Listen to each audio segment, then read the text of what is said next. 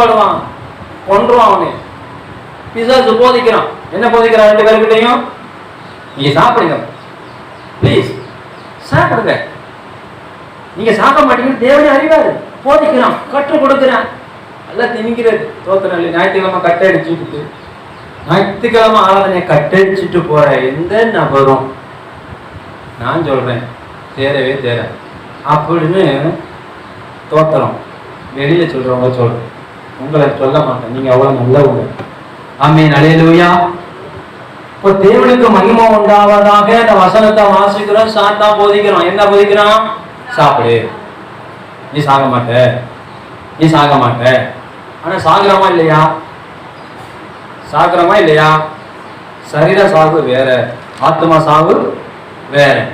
சரீர சாவு செத்தா எல்லாருக்கும் சாவு உண்டு. ஆனா ஆத்மா சாவுல நீ செத்தா நரகம் உண்டு.